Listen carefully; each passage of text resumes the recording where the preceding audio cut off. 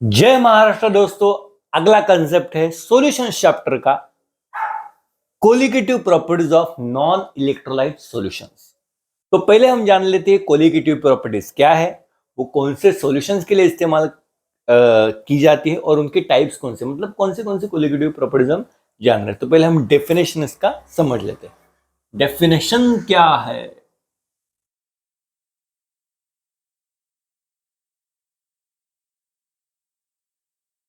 तो इसका डेफिनेशन जो है, colligative properties are the properties which depend on the number of particles present and number of solute particles present in the solution and not depend on the nature of the particles, nature of the solute particles are called as the colligative properties. तो definition क्या हो गया? The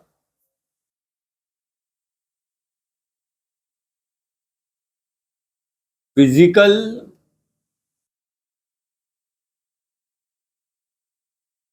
properties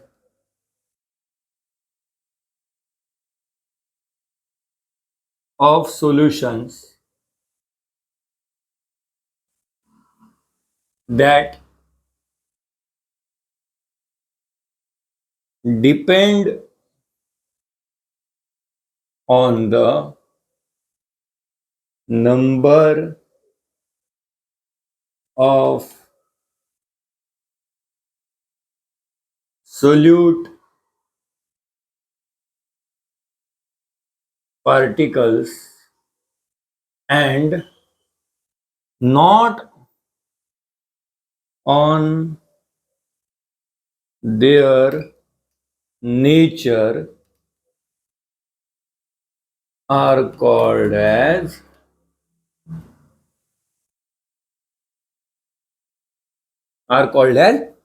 colligative properties. तो ये हो गई उसकी definition. अभी ये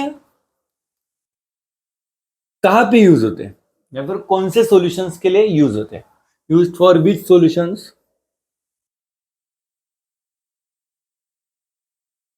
तो जिन सॉल्यूशंस का हम कहते हैं, जिन सॉल्यूशंस का कॉन्सेंट्रेशन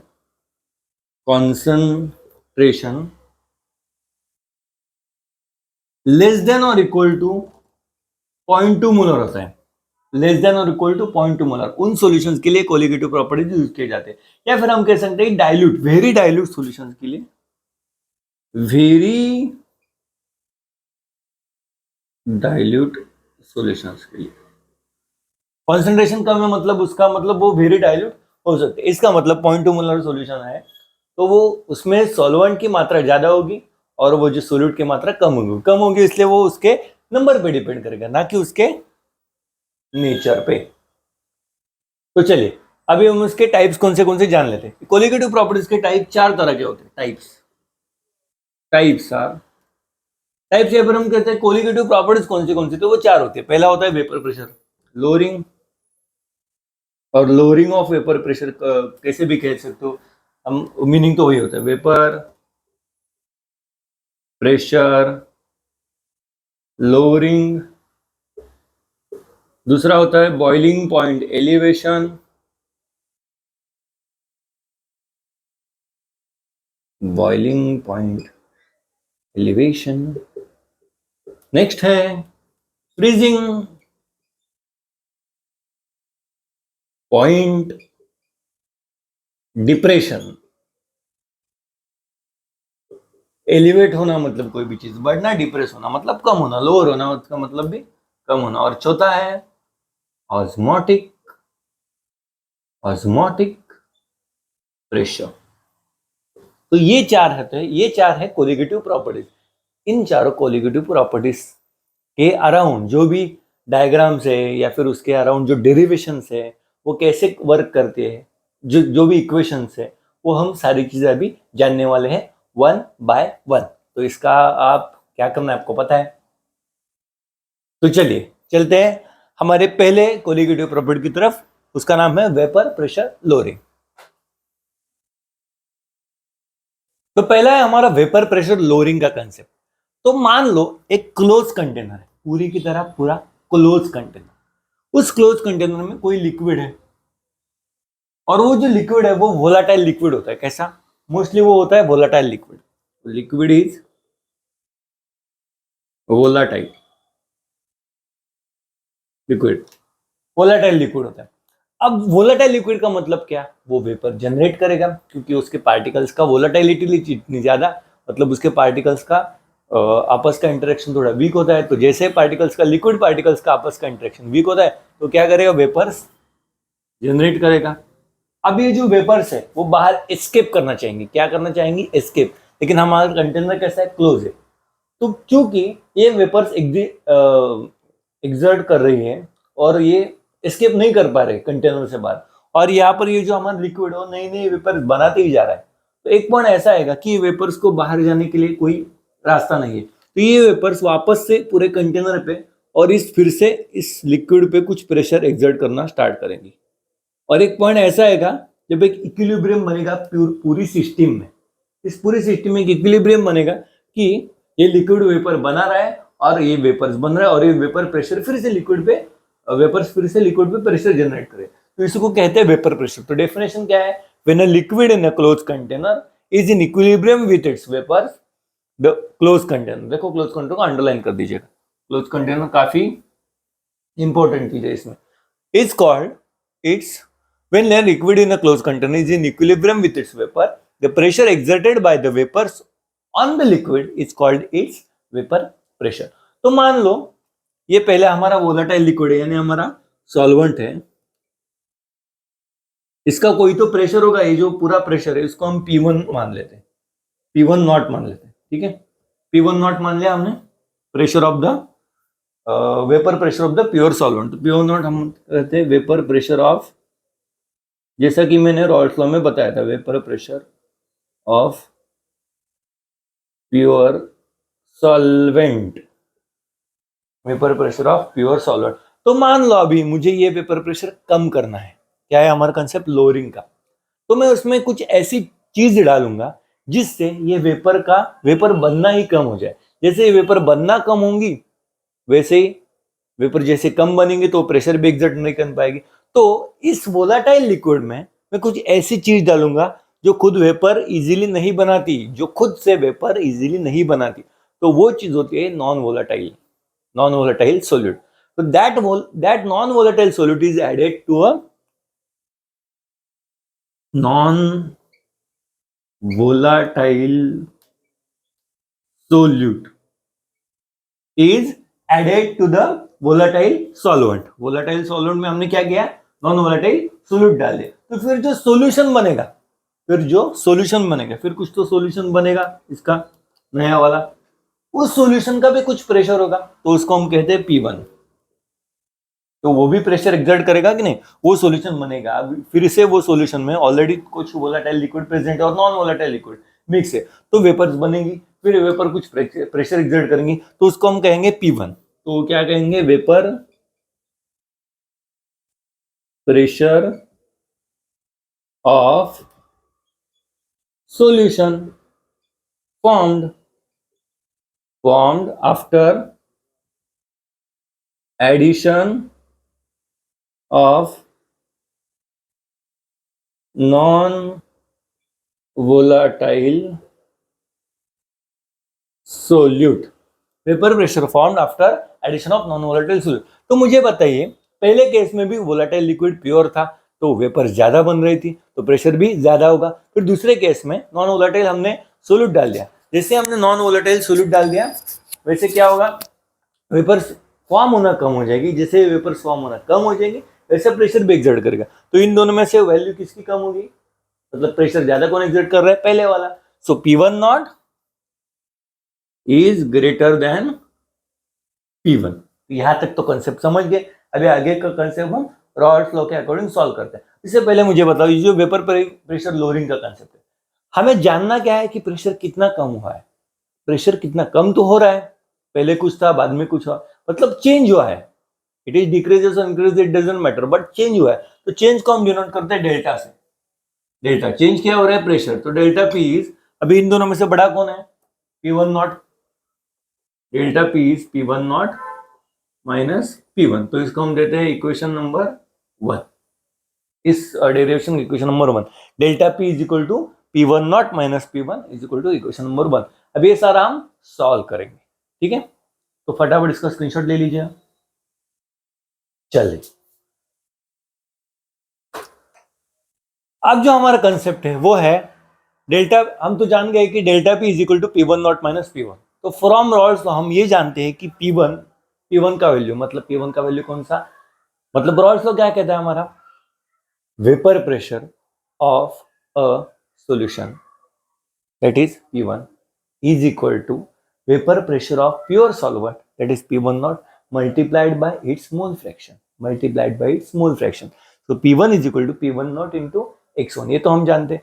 तो हम Rawls law for solutions of non volatile solutes के लिए अभी हम डेरिवेशन सॉल्व करेंगे। Rawls law for solutions of non volatile solutes कैसा, हमने क्या किया, पहले वोलेटाइल हमने सॉल्वेंट लिया, उसमें वेपर प्रेशर लोअर करने के लिए हमने कोई नॉन वोलेटाइल सॉल्यूट ऐड किया, solute non volatile solute add किया, तो उसका प्रेशर कैसा बनते हुआ हम जान लेते हैं।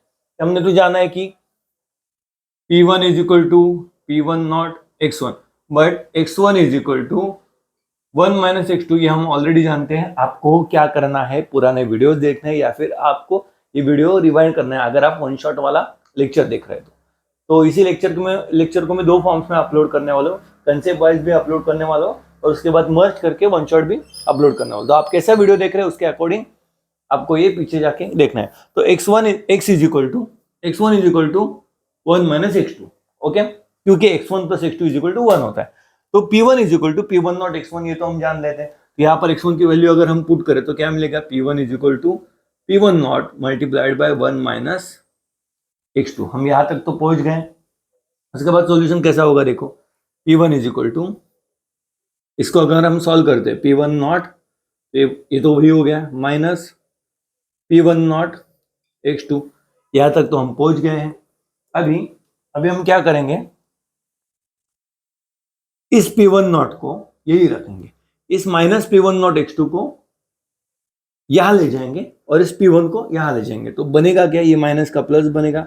P1 not X2 is equal to P1 not minus P1, P1 not X2 is equal to P1 not minus P1, यहाँ तक हम समझ गए। और ये है हमारा equation number 1, that is P1 not minus P1 is equal to delta P। तो डेल्टा P का वैल्यू हम यहाँ पे पुट कर देते हैं। तो ये एक हमें एक इक्वेशन मिल गया है, delta P is equal to P1 not minus P1 is equal to P1 not X2।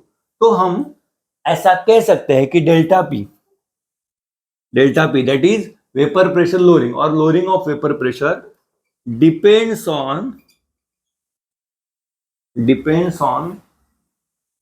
x2 पे डिपेंड कर रहा है, दैट इज नंबर ऑफ 2, मतलब 2 कभी होता है सोल्यूट के लिए, 1 होता है सॉल्वेंट के लिए, नंबर ऑफ सोल्यूट पार्टिकल्स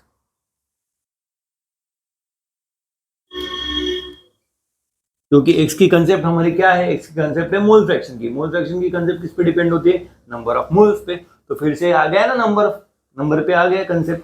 तो ठीक है, तो delta P depends on x2 that is number of solute particles, therefore or thus lowering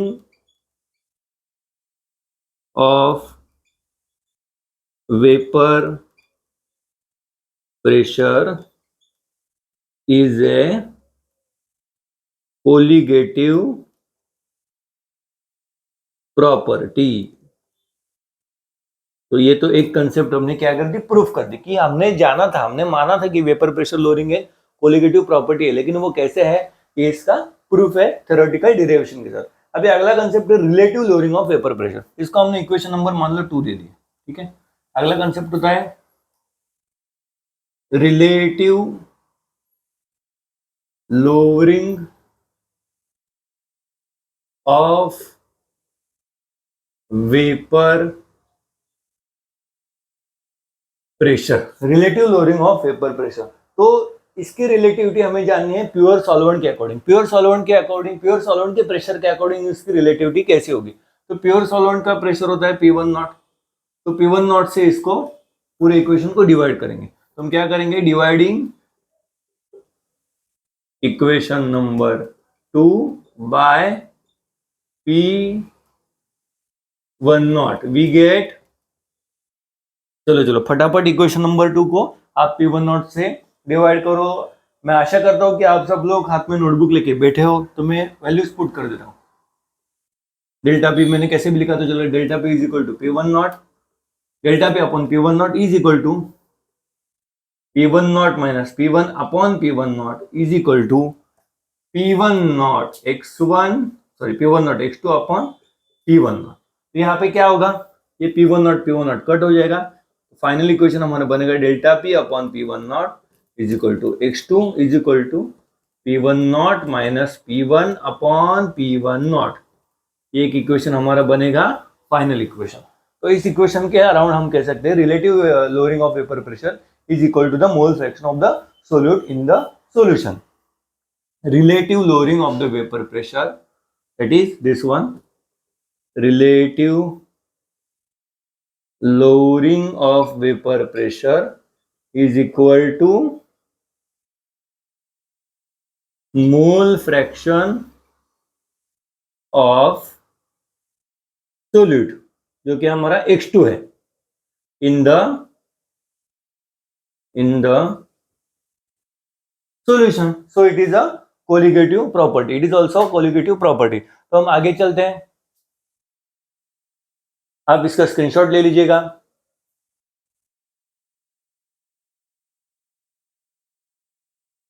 तो चलिए इसी वेपर प्रेशर लोअरिंग में अगला एक कंसेप्ट है molar mass of solute. Molar mass of solute, हाँ फिर से जान लीजिएगा सोल्यूट सॉल्वेंट कंसेप्ट को, बारीकी से देख लीजिएगा। मोलार मास ऑफ सोल्यूट मतलब कैपिटल M, तो M1 होगा फिर M2, ऑफ कोर्स M2 होगा क्योंकि सोल्यूट का है इसलिए। तो molar mass of solute from vapour pressure lowering, तो M2 के हमें वैल्यू निकालना है, फिर M2 का हमें फाइनली एक डेरिवेशन निकालना है। तो कैसे करते देख लीजिए।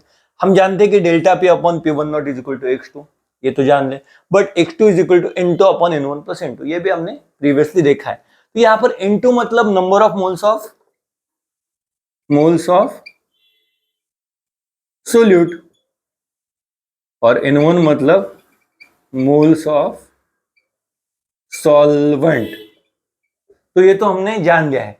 इससे पहले मैंने कहा था कि ये कोलिगेटिव प्रॉपर्टी जो है सारे के सारे वो वेरी डाइल्यूट सॉल्यूशंस के लिए, मतलब उसमें कंसंट्रेशन सोल्यूट का बहुत कम है, मतलब उसमें N2 की वैल्यू N1 के कंपैरिजन में बहुत ही छोटी होगी। N2 की वैल्यू, फिर मैं ऐसा लिख दे रहा हूं, चलो N1 के कंपैरिजन में N2 की वैल्यू बहुत ज्यादा छोटी होगी। तो इस छोटी वैल्यू के मुकाबले N1 प्लस N2 की वैल्यू अप्रोक्सीमेटली N1 ही होगी। समझ लीजिए, अगर यहाँ पर कोई मैंने कंटेनर में एक वाटर ले लिया, वाटर, ठीक है, वाटर मैंने ले लिया, वाटर में मैंने कुछ 1 या 2 ड्रॉप मैंने सॉल्ट डाला, 1 और 2 ड्रॉप मैंने सॉल्ट डाला, तो ऑलमोस्ट उस सॉल्ट को हम निग्लिजिबल मान सकते हैं। Therefore N2 is negligible.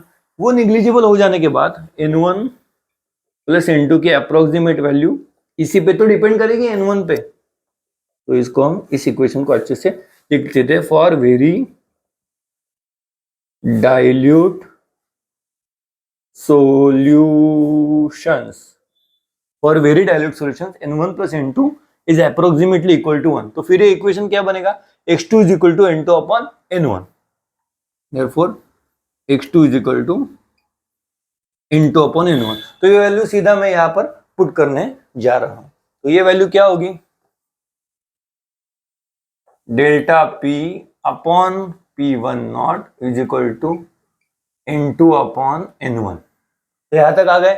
अभी एक और फॉर्मूला है जो कहता है number of moles is equal to mass upon molar mass. उस कंपाउंड का given mass divide by molar mass is equal to number of mole, means N is equal to capital W upon M। ठीक है, ये एक equation कहता है।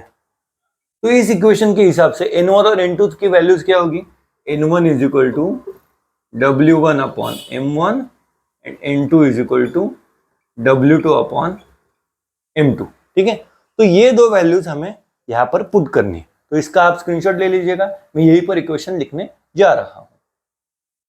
तो आपने स्क्रीनशॉट ले लिया है, तो हम आगे चले जाते हैं। हम आगे चले जाते हैं तो डेल्टा पी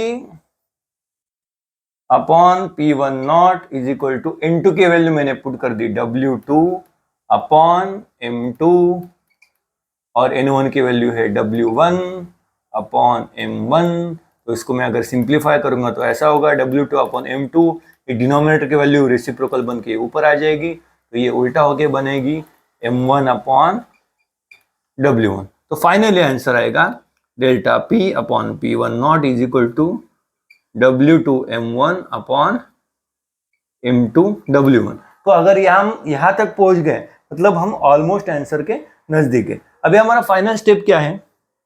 एक फाइनल स्टेप है, हम delta P upon P1 not को relative lowering of vapour pressure के कंसेप्ट में याद करेंगे।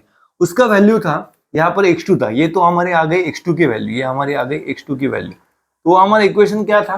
वो इक्वेशन था हमारा P1 not minus P1 upon P1 not. तो वो इक्वेशन भी हम यहाँ पर ऐड कर देंगे। तो ये हो गया हमारा कंसेप्ट जो कहता है मोलर मास ऑफ सोल्यूट और vapour pressure lowering. Molar mass of solute for vapour pressure lowering, molar mass of solute for vapour pressure lowering, ये फाइनल इक्वेशन हमारा आ गया है। अब हम बढ़ेंगे हमारी अगली कोलिगेटिव प्रॉपर्टी की तरफ। तो बीच में मैं कहना चाहूँगा आप चैनल को ऐसे ही प्यार देते रहिएगा, और ये चैनल आपको अगर आप एग्जाम पीरियड में देख रहे हैं तो आपको ज़रूर आपकी हेल्प कर रहा है।